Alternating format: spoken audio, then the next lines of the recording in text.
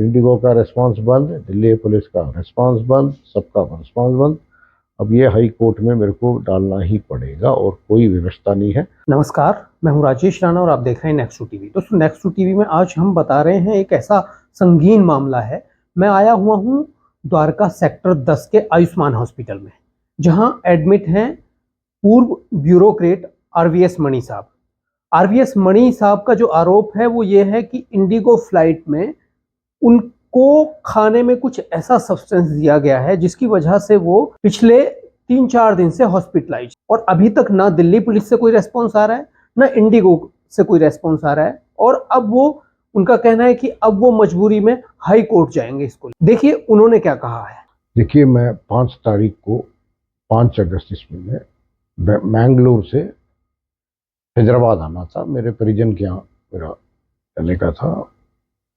तो मैंगलोर से हैदराबाद जब इंडिगो फ्लाइट 7241 में एक तो विलंब थी मैंगलोर से, फिर भी जब मैं हैदराबाद जाके उतरा, एक तो मेरा बैग बाकी लोगों से थोड़ी लेट आई थी, कोई दिक्कत नहीं, कभी पहले आती है, कुछ लास्ट में आती है। हैदराबाद में एक होटल में रात को बहुत लेट हो गई थी, तो हमने होटल ठहरा था। अगले दिन बाद ही, एक दिन बाद ही हम उधर के हमारे परिजन के यहाँ गए थे, क्योंकि उनको रात को 2 बजे या 3 बजे डिस्टर्ब करना ठीक नहीं था। वहाँ जब होटल में जाके देखा तो वो जो लॉक थी वो बड़े तरीके से तोड़ा गया था। आपके बैग की लॉक, बैगेज की, वो तोड़ा गया था। तो मैंने वहीं पे इंडिगो वालों से कांटेक्ट किया था और इंडिगो वालों का रिस्पांस भी आया था, फलाना लिखना, वो कर देंगे, ये कर देंगे, आपको 100 रुपये का कंसेशन क्या वाउचर दे देंगे, 2000 का वाउचर देंगे। मैंने कहा 2000 100,000 का नहीं है, फिर ठीक है।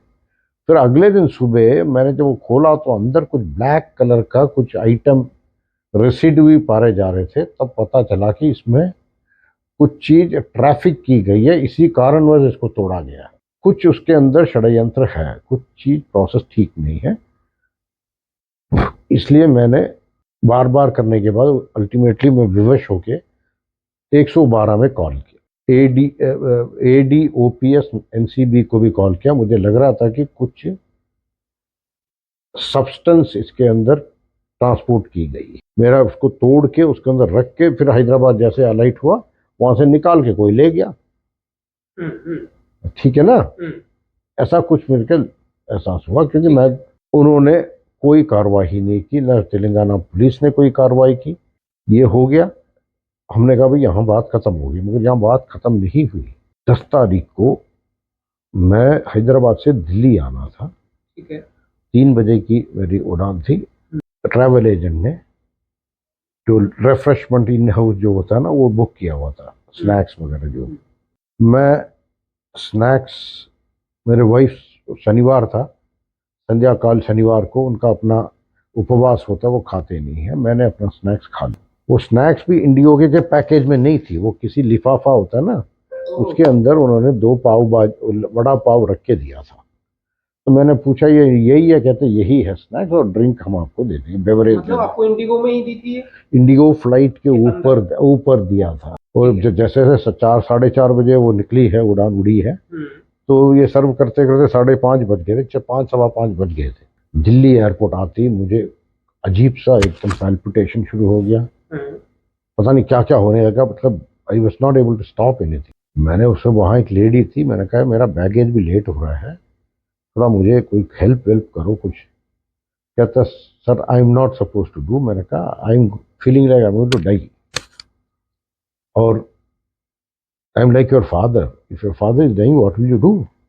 उसने मेरे को उल्टा केस लगा के कि तुम मेरे फादर की डेथ की विश कर रहे हो, कह के अपना सीनियर को बुला लिया। मैंने उससे पूछा यार, जब मैं हेल्प मांग रहा था तब तो तेरे सीनियर को नहीं बुला पाए, तब तो वो इश्यू हो गया। तब भी मैंने 112 को फ़ोन किया था, दिल्ली पुलिस का, इंडियन इंटरनेशनल एयरपोर्ट से, T3 से, कोई भी रिस्पॉन्स नहीं।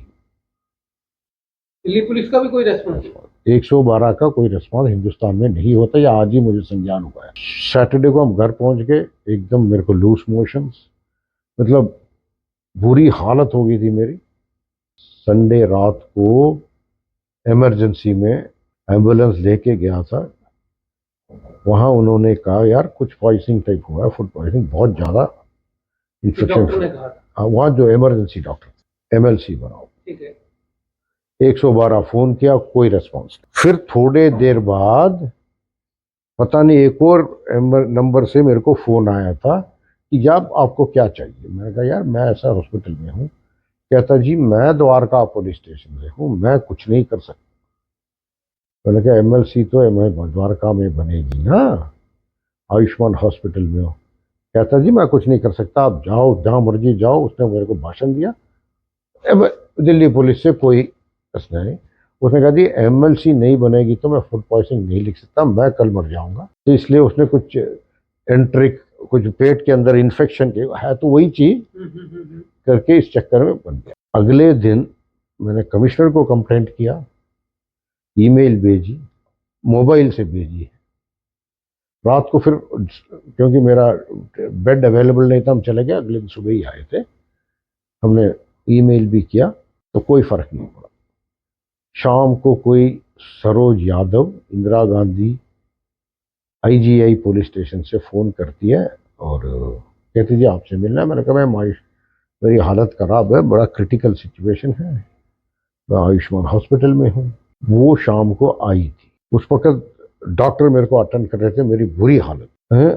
वो कहता अभी स्टेटमेंट। पहले उसने किस्सा पूछा, मैं बता ही रहा था तो डॉक्टर आ गए, फिर मेरा सिचुएशन क्रिटिकल हो गया। फिर डॉक्टर पूछा, मैंने कहा I M in critical situation. कहता आप क्रिटिकल वर्ड नहीं यूज। मैंने कहा तुम मुझे अंग्रेजी समझाओगे? कहता सरोज यादव का है, पुलिस से। कहता आप नहीं यूज कर सकते। और वो ऐसे बात कर रही थी जैसे मैं कोई गुनहगार हूँ और वो इंडिगो ने कंप्लेंट किया और मेरे से। तो मैंने कहा देखो ऐसा है, यही इन्वेस्टिगेशन करना है तो ठीक है, मैं एक और कंप्लेंट कर दूंगा बस। ये हुआ है अभी तक। उसके बाद इंडिगो वालों ने कोशिश पहले किया था, अगले दिन भी। अच्छा वो तब कोशिश कर रहे थे जब मेरे को किसी टेस्ट के लिए ले जा। एक दिन शाम को मैंने दोपहर को 1 बजे के करीब फ़ोन आया। मैंने कहा मेरे को किसी टेस्ट के लिए ले जा रहे हैं, वहाँ कितना टाइम लगेगा पता नहीं, दोबारा फ़ोन करना। I will give the numbers also. वो टेस्ट के लिए गया, उसके बाद उसका आदमी का फ़ोन भी नहीं आया। मैंने कहा ठीक है ये। और वैसे बाहर बोले फिर रहे हैं कि हम उनके फैमिली से संपर्क में हैं, हम उसको इन्वेस्टिगेट कर रहे हैं, पता नहीं क्या क्या। अभी तक उसके बाद इंडिगो का रिस्पांस बंद, दिल्ली पुलिस का रिस्पांस बंद, सबका रिस्पांस बंद। अब ये हाई कोर्ट में मेरे को डालना ही पड़ेगा और कोई व्यवस्था नहीं है।